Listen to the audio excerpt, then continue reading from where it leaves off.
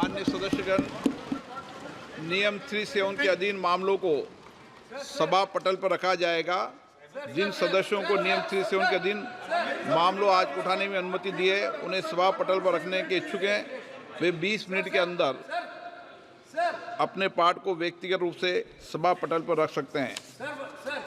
Item number 18, राष्ट्रपति के अभिभाषण पर धन्यवाद प्रस्ताव Shri Akhilesh Yadav ji. Sir, you all explain the entire speech of Rahul Gandhi. On which route, sir? Sir, how can you explain the speech? It is very You are not going to touch the... Chair has to do... Sir, Anurag Thakur has given entire speech. There is no touch on his speech. Only Rahul Gandhi's speech was expunged. Why, sir? Why, sir? Why, sir, expunged? Why, sir? मैं अध्यक्ष जी श्री अखिलेश यादव जी। मैं अध्यक्ष जी का धन्यवाद देना चाहता हूँ।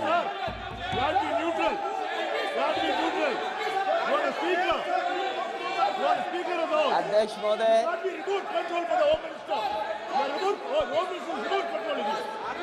अध्यक्ष महोदय, अखिलेश यादव अध्यक्ष जी। महोदय, अध्यक्ष महोदय, मैं सबसे पहले आपका धन्यवाद देना चाहता हूं कि आपने मुझे अपनी पार्टी की तरफ से राष्ट्रपति जी के भाषण बोलने का मौका दिया है। अध्यक्ष जी,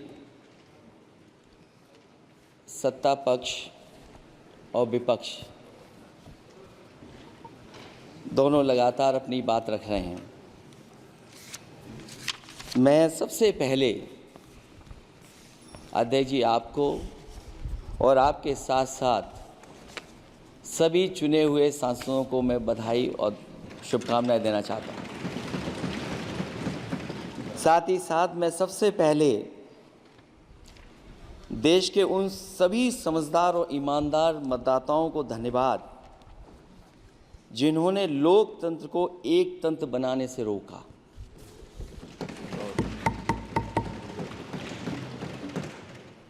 चुनाव के समय पर अध्यक्ष जी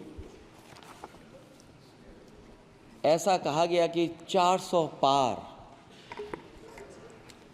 मैं समझदार जनता को फिर एक बार धन्यवाद दूंगा और मैं कुछ कहना चाहता हूं कि आवाम ने तोड़ दिया हुकूमत का गुरूर, दरबार तो लगा है पड़ा गमगीन में बेनूर है पर।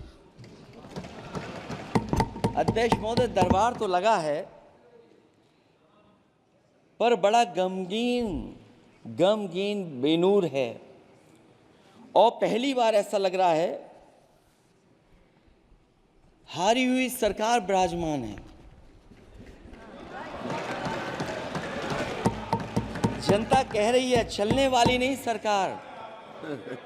अध्यक्ष महोदय, जनता कह रही है चलने वाली नहीं, ये गिरने वाली सरकार है। और क्योंकि ऊपर से जुड़ा कोई तार नहीं, नीचे कोई आधार नहीं, अधर में जो है अटकी हुई वो तो कोई सरकार नहीं। दरअसल पूरा इंडिया समझ गया है कि इंडिया ही प्रो इंडिया है। इस चुनाव में इंडिया अलायंस की नैतिक जीत हुई है। ये पीडीए इंडिया की सकारात्मक राजनीति, पॉलिटिक्स जो पॉजिटिव है, पॉजिटिव पॉलिटिक्स की जीत हुई है। ये इंडिया पीडीए की सोशल जस्टिस मुहिम की विक्ट्री है। 2024 का परिणाम हम इंडिया वालों के लिए जिम्मेदारी से भरा पैगाम भी है। और अगर हम यूँ कहें अध्यक्ष महोदय कि 15 अगस्त 1947 अगर उपनिवेशिक राजनीति से आज़ादी का दिन था तो 4 जून 2024 देश के लिए सांप्रदायिक राजनीति से आज़ादी का दिन रहा। ये सांप्रदायिक राजनीति के अंत और सामुदायिक राजनीति की शुरुआत है। जहां सांप्रदायिक राजनीति का अंत हुआ है, वहीं सामुदायिक राजनीति की शुरुआत हुई है। सबसे अच्छी बात हुई ये है कि इस चुनाव में सांप्रदायिक राजनीति हमेशा के लिए हार हो गई है। अध्यक्ष महोदय, कहने को सरकार ये कहती है कि ये 5th लार्जेस्ट इकोनॉमी बन गई है और जीडीपी के मामले में 5th वर्ल्ड की इकोनॉमी बन गई है। लेकिन अध्यक्ष मोदी, ये सरकार क्यों छिपाती है कि अगर ये हमारी सबसे लार्जेस्ट इकोनॉमी, अगर हम 5वें नंबर पर हैं, तो हमारे देश की पर कैपिटा इनकम, प्रति व्यक्ति आय हमारे किस स्थान पर पहुंची है। और हम लोगों ने तो अध्यक्ष महोदय देखा है कि अगर दिल्ली की सरकार ने कहा होगा कि $5 ट्रिलियन की इकोनॉमी बनेगी, तो जहां से प्रधानमंत्री जी चुन करके आते हैं, वहाँ का प्रदेश के सरकार भी कह रही कि हम $1 ट्रिलियन इकोनॉमी बना लेंगे। देश की इकोनॉमी कहाँ पहुँच गई, पर कैपिटा इनकम क्या है। लेकिन अगर उत्तर प्रदेश की इकोनॉमी को अगर $1 ट्रिलियन की इकोनॉमी बनना है तो कम से कम 35% की ग्रोथ चाहिए। मुझे नहीं लगता है कि 35% की ग्रोथ उत्तर प्रदेश पा पाएगा। हम हंगर इंडेक्स में कहाँ खड़े हैं, नीचे से कहाँ हैं। जो 5th लार्जेस्ट इकोनॉमी की बात कर रहे हैं, वो इनइक्वालिटी के पैरामीटर पे कहाँ खड़े हैं, वो हैप्पीनेस इंडेक्स में कहाँ खड़े हैं। और जो लोग चुनाव को अपने तरीके से मोड़ते हैं, मैं उन्हें कहना चाहता हूं कि अध्यक्ष महोदय, इस चुनाव के परिणाम ने तोड़ने वाली राजनीति को तोड़ दिया है और जोड़ने वाली राजनीति की जीत हुई है। इस चुनाव में धन छल बल की नकारात्मक राजनीति की शिकस्त हुई है। ये चुनाव जो देश का हुआ, ये सकारात्मक राजनीति का नया दौर शुरू हुआ है। इस बार प्रो कॉन्स्टिट्यूशन वालों की जीत हुई है। हम मानते हैं संविधान ही संजीवनी है, उसी की जीत हुई है। ये संविधान मंथन में संविधान रक्षकों की जीत हुई है। अब ऊपर से नीचे की राजनीति का अंत हो गया है। अब नीचे से जो समाज की जो आवाज़ उठेगी, वही राजनीति का आधार बनेगी। मैं कहना चाहता हूं कि देश किसी की व्यक्तिगत महत्वाकांक्षा से नहीं, जन आकांक्षा से चलेगा। मतलब अब मनमर्जी नहीं, जनमर्जी चलेगी। इस चुनाव का बड़ा पैगाम यही है।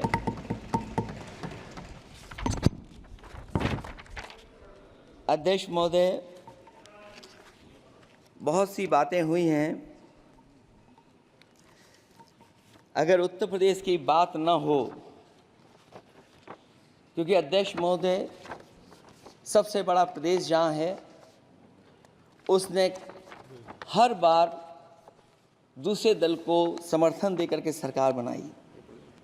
मैं उन्हीं लोगों से कहना चाहता हूँ कि लोग क्यूटो की फोटो लेकर बनारस की गलियों से लेकर के गंगा जी तक ढूंढ रहे हैं।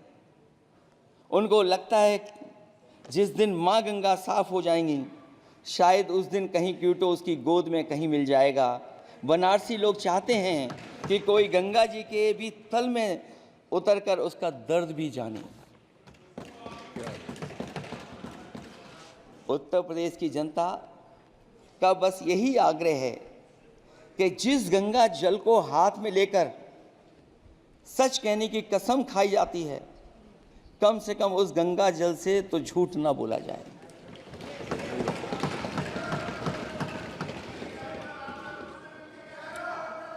जहां विकास के नाम पर खरबों रुपए की लूट का राज खोलते भ्रष्टाचार के गड्ढे प्रदेश का नाम खराब कर रहे हैं, वहीं पहली बारिश में ही टपकती हुई छत और गिर चुकी स्टेशन की दीवार बेईमानी की निशानी बन गई है। अध्यक्ष महोदय, विकास का ढिढोरा पीटने वाले इस विनाश की जिम्मेदारी कब लेंगे? और रही सच्चे विकास की बात, तो हमने जो सड़क बनाई उस पर हवाई जहाज उतरे थे और उत्तर प्रदेश की मुख्य नगरी में सड़कों पर नाव उतरी हैं और अभी बारिश और हो जाएगी तो नाव से भी चलना पड़ेगा। यही स्मार्ट सिटी के जुमले का भी हाल है। न तो जाम से छुटकारा मिला, न बुनियादी सुविधाओं से कोई निजात मिली, न कोई बुनियादी सुविधाएं मिल पाई हैं। मुझे याद है अध्यक्ष महोदय, देश के प्रधान सांसद जी ने अनाथ पशुओं के बारे में बहुत कुछ कहा था। अनाथ पशुओं की समस्या से छुटकारा दिलवाने के लिए कब वादा किया हुआ, लेकिन कई चुनाव बीत गए हैं, अभी तक गन्ने का भुगतान 2 हफ्ते का वचन जो दिया था, कहाँ दिया था? अब तो वचन देने वाले को भी याद नहीं है। हर बात को जुमला बना देने वाले लोगों के ऊपर से जनता का भरोसा उठ गया है। इसीलिए बहुमत की सरकार नहीं है, ये सहयोग से चलने वाली सरकार है। डबल इंजन के नाम पर उत्तर प्रदेश को टकराहट के सिवा कुछ हासिल नहीं हुआ है। उत्तर प्रदेश में प्रभुत्व की लड़ाई 2 लोगों को आपस में लड़ा रही है, लेकिन उसकी मार जनता को सता रही है। पिछले 10 सालों की उपलब्धि बस इतनी रही कि एक शिक्षा परीक्षा माफिया का जन्म हुआ। अध्यक्ष महोदय, जिस समय चुनाव में थे और उत्तर प्रदेश में वो हालात देखे हैं कि नौजवान जब भी तैयारी कर करके जाता था और परीक्षा दे करके लौटता था तो उसको पता लगता था कि पेपर लीक हो गया। और उत्तर प्रदेश में केवल एक पेपर लीक नहीं हुआ है, जितनी भी परीक्षाएं हुई हैं सब पेपर लीक हुए हैं। केवल उत्तर प्रदेश ही नहीं, मैं माननीय सांसद की तरफ से सुन रहा था, कई ऐसे प्रदेश हैं जहां पर परीक्षाएं देने तो बच्चे गए, लेकिन वहां भी पेपर लीक हो गया। और अभी जब 4 जून को रिजल्ट आया, उसके बाद जो बात उठी है, देश की सबसे प्रेस्टिजियस परीक्षा, उसका भी पेपर लीक हो गया। और आखिरकार ये पेपर लीक हो क्यों रहा है? सच्चाई तो ये है कि ये सरकार पेपर लीक इसलिए करा रही है कि सरकार नौकरी नहीं देना चाहती, रोजगार नहीं देना चाहती, उन नौजवानों का भविष्य नहीं बनने देना चाहती। पिछले 10 सालों की उपलब्धि बस इतनी रही है कि एक शिक्षा परीक्षा माफिया का जन्म हुआ है, जिसने तथाकथित अमृतकाल में युवाओं के भविष्य की आशाओं को ही जहर दे दिया है। जो सरकार उम्मीद को मार दे, वह न तो वर्तमान को सुधार सकती है, न भविष्य को संवार सकती है। सरकार आशा का प्रतीक होनी चाहिए, निराशा का नहीं। जनता चाहती कि हर समस्या के लिए बीते कल को जिम्मेदार ठहराने के बहाने को सरकार छोड़े और आने वाले कल की बात करे।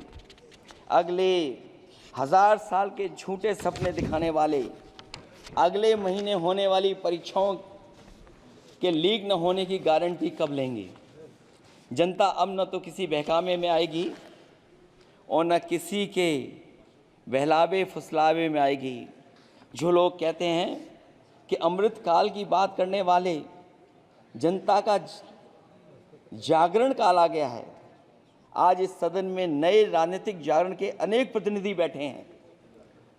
अब जब बात होगी तो सच्ची बात होगी और जनता को पूरी सच्चाई के साथ हम लोग अपनी जिम्मेदारी के साथ बात रखेंगे।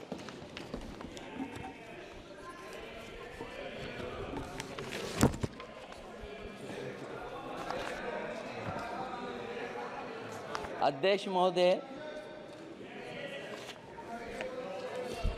एक जीत और हुई है, एक जीत और अध्यक्ष महोदय हुई है।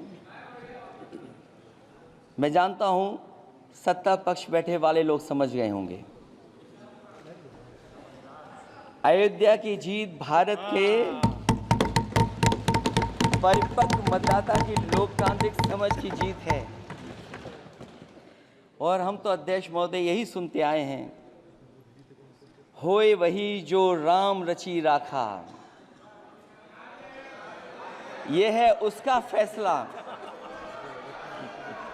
अध्यक्ष महोदय, होई वही जो राम रचि राखा, यह है उसका फैसला जिसकी लाठी में नहीं होती आवाज। जो करते थे किसी को लाने का दावा, वो हैं खुद किसी के सहारे के लाचार।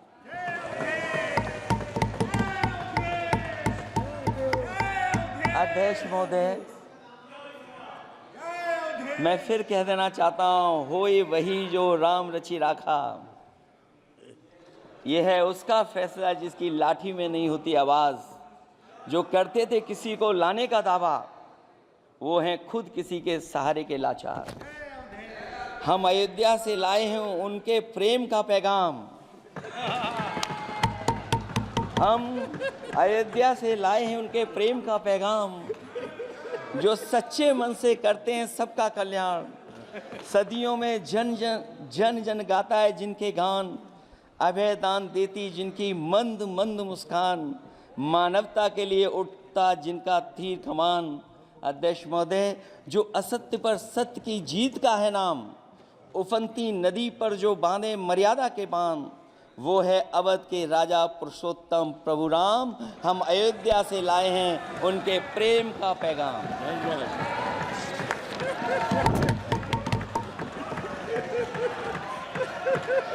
अध्यक्ष महोदय,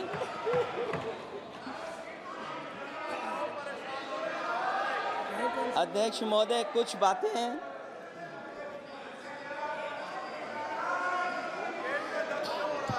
अध्यक्ष महोदय, कुछ बातें समय और काल से परे होती हैं।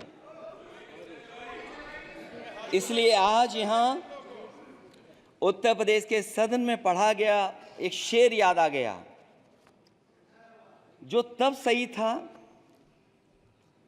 अब और सही साबित हो रहा है। इजाजत हो अध्यक्ष जी तो मैं अर्ज करूं। हजूरे आला आज तक खामोश बैठे इसी गम में।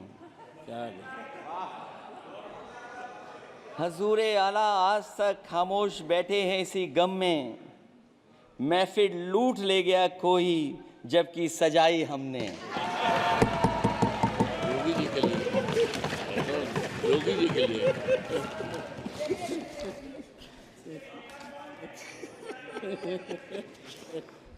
अध्यक्ष महोदय,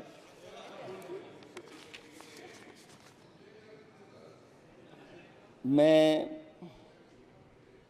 मॉडल ऑफ कंडक्ट जब चुनाव हुआ, लागू हुआ, उस समय मैंने देखा कि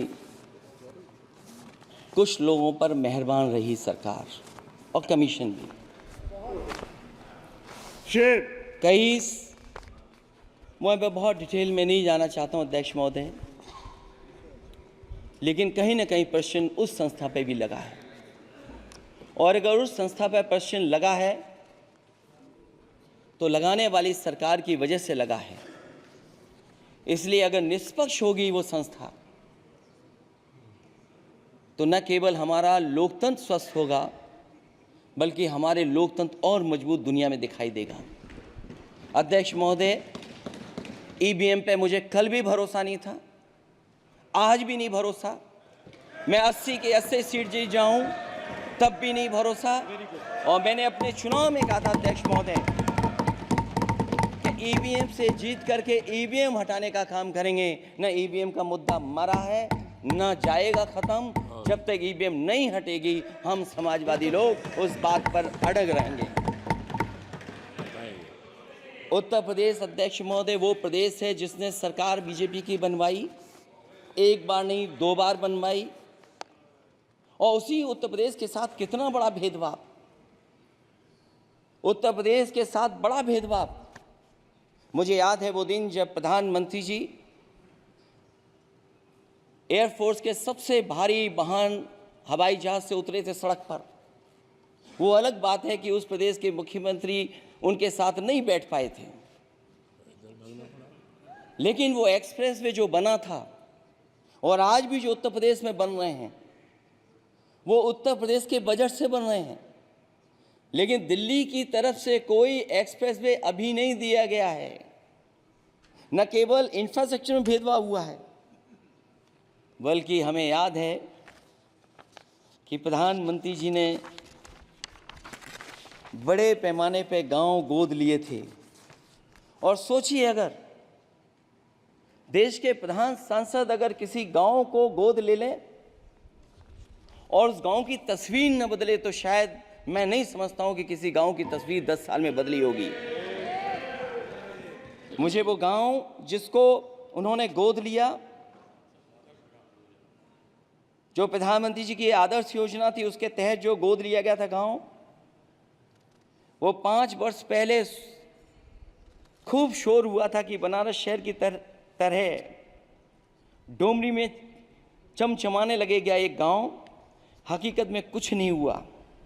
उसकी दुर्दशा वैसी की वैसी है, जैसे था गांव वैसे ही का वैसा है। टूटी सड़कें, कच्ची पगडंडियां, उखड़े और टूटे हुए ईंट के खंजे, बदहाल हैंडपंप, पावरलूम और पंखे के जाली के कारखाने को आखिर कब तक रफ्तार मिलेगी जो उस गांव में काम होता था, लोग करते थे। खाली पड़े रसोई गैस के सिलेंडर, अंधाधुंध बिजली कटौती के बीच इस गांव के लोगों को हर सुबह मजदूरी की कभी ना खत्म होने वाली तलाश आखिर कब पूरी होगी। तो सोचिए, एक गांव की तस्वीर ये है। जो गांव कभी गोद लिया गया था, उस गांव की भी तस्वीर नहीं सुधर पाई है। जो भाजपा के स्मार्ट सिटी के झूठे सपने में गांव के लिए कोई जगह नहीं है। अपने गांव गोद लेने की जो बात कही थी, क्या वो भी जुमला था अध्यक्ष जी? पता नहीं जिस गांव को गोद लिया था उसका नाम भी किसी को याद है कि नहीं।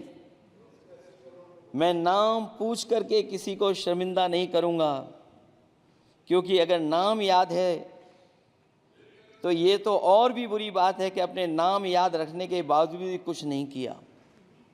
जिसे गोद लिया जाता है उसे अनाथ बनाकर छोड़ देना अच्छी बात नहीं है। और अगर तस्वीर अध्यक्ष महोदय बदली हो 10 साल में उन तमाम गोद लिए हुए गांवों की, तो मैं सत्ता पक्ष के लोगों से कहूंगा जरूर इस सदन में बात रखें, जरूर बताएं आप। जो बात कभी अध्यक्ष महोदय कास्ट सेंसस की उठी थी, हम उस कास्ट सेंसस के पक्ष में हैं कि बिना कास्ट सेंसस के सामाजिक न्याय संभव नहीं है। सबको हक दिला पाना मुश्किल है। अध्यक्ष महोदय, राष्ट्रपति जी के अभिभाषण में अग्निवीर को लेकर के जो चिंता विपक्ष की थी और देश के नौजवानों की थी, वो चिंता वैसी की वैसी बनी है। अध्यक्ष महोदय, मैं ये कहना चाहता हूँ, मैं खुद मिलिट्री स्कूल से पढ़ा हूँ। मेरे साथ के बहुत बड़े पैमाने पे लोग फौज में हैं। मैंने समय समय पे जो मेरे साथ पढ़े जो सीनियर थे उनसे भी जानकारी हासिल की है। बड़े बड़े ऑफिसर से मैंने पूछा है, वो शायद आपको न बता पाएँ, लेकिन दबी जुबान में उन्होंने कहा है कि देश की सुरक्षा के साथ अग्निवीर जैसी व्यवस्था लागू करने से समझौता हो रहा है। अध्यक्ष महोदय, किसी भी देश की सबसे बड़ी प्राथमिकता अगर कोई है तो वो देश की सीमाओं की सुरक्षा है। अग्निवीर जैसी व्यवस्था से कभी संभव नहीं है। अध्यक्ष महोदय, हम अग्निवीर व्यवस्था को कभी स्वीकार नहीं कर सकते हैं। आज नहीं कल, कल नहीं बाद में, जब कभी भी सत्ता में इंडिया गठबंधन आएगा, अग्निवीर व्यवस्था हमेशा हमेशा के लिए खत्म हो जाएगी। अध्यक्ष महोदय, जिन्होंने कहा कि हम आय किसानों की दोगुनी कर देंगे, आज किसान पूरा देश का देख रहा है कि उसकी आय कहाँ दोगुनी हो गई। और जिस तरह महंगाई बढ़ी है, सरकार बताए कि महंगाई इस बढ़ने पे उसकी आय कितनी होनी चाहिए। और जो इंफ्रास्ट्रक्चर की बड़ी बड़ी बातें की गई थी कि एमएसपी लागू करने के लिए एग्रीकल्चर सेक्टर का इंफ्रास्ट्रक्चर तैयार होगा, लेकिन जहाँ तक मैंने उत्तर प्रदेश में देखा है, अगर इस सरकार में एक भी नई मंडी बनी हो तो मुझे सरकार बता दे। अध्यक्ष महोदय, जो इंफ्रास्ट्रक्चर एग्रीकल्चर सेक्टर में बनाने की बड़ी बात कही थी, अगर सरकार की तरफ से एक भी मंडी 10 साल में बनी हो तो ज़रूर सरकार बताए। जो सरकार मंडी नहीं बना सकती है उस पर एमएसपी का भरोसा कैसे कर सकते हैं, जिन्होंने एमएसपी का भरोसा दिलाया था। हम अध्यक्ष महोदय आपके माध्यम से यही कहेंगे कि जो राष्ट्रपति के अभिभाषण में लीगल गारंटी एमएसपी को मिलनी चाहिए थी वो क्रॉप्स को नहीं मिली है। न केवल फसलों को मिले बल्कि हॉर्टिकल्चर क्रॉप्स को भी एमएसपी देने का फैसला हो, जिससे कि हमारा किसान खुशहाल हो सके। साथ ही साथ ओपीएस की बात अभिभाषण में नहीं आई है। ओल्ड पेंशन स्कीम लागू हो जिससे हमारे तमाम सरकारी कर्मचारियों का भविष्य बन सके। और देश की एक बड़ी आबादी जहाँ से मैं चुन करके आता हूँ, उत्तर प्रदेश, जहाँ बुनकर न केवल उत्तर प्रदेश बल्कि देश के कोने कोने में बुनकर समाज के लोग बड़े पैमाने पर रह रहे हैं, लेकिन बुनकरों को जो सुविधाएं मिलनी चाहिए वो भी इस सरकार में नहीं मिल पा रही हैं। जो प्रदेश सरकारों ने कभी बुनकरों के लिए योजनाएं चलाई थीं वो भी अध्यक्ष महोदय बंद कर दी हैं। मैं अंत में इतना ही कहना चाहूँगा कि इस सरकार ने नौजवानों को नौकरी नहीं दी है, नौकरी और रोजगार उनसे छीने हैं, बहुत नौकरी छीनी है। इसलिए मैं कहना चाहता हूं अध्यक्ष जी, इसलिए मैं कहूँगा कि आपके राज में न नौकरी की उम्मीद है न रोजगार, क्योंकि आपने छोटे कारोबारी तक को इतना छोटा बना दिया है कि न तो वो अपना पेट भर सकता है न किसी को नौकरी पर रख सकता है। जो कुछ पद निकलते भी हैं तो उन पर लेटरल एंट्री के नाम से पिछले दरवाजे से कुछ खास संगी साथियों को रख लिया जाता है। आरक्षण का हक नॉट फाउंड सुटेबल के नाम पर हड़पा जा रहा है। और अध्यक्ष महोदय, आरक्षण के साथ इतनी खिलवाड़ किसी सरकार ने नहीं की होगी जितनी खिलवाड़ इस सरकार ने की है। जहां सरकारी नौकरियां नहीं दी जा रही हैं, और सरकारी नौकरियां इसलिए नहीं दी जा रही हैं क्योंकि उन्हें आरक्षण देना पड़ेगा। जिस प्रदेश से मैं आता हूं वहाँ सबसे बड़े पैमाने पे नौजवान बेरोजगार है। और पिछले 10 साल में जो पेपर उन्होंने लीक कराए हैं वो इसीलिए कराए हैं क्योंकि नौकरी ना देनी पड़े, और अगर नौकरी देनी पड़ेगी तो उन्हें आरक्षण भी देना पड़ेगा। ये जानबूझ करके सरकार नौकरी और आरक्षण के साथ खिलवाड़ कर रही है।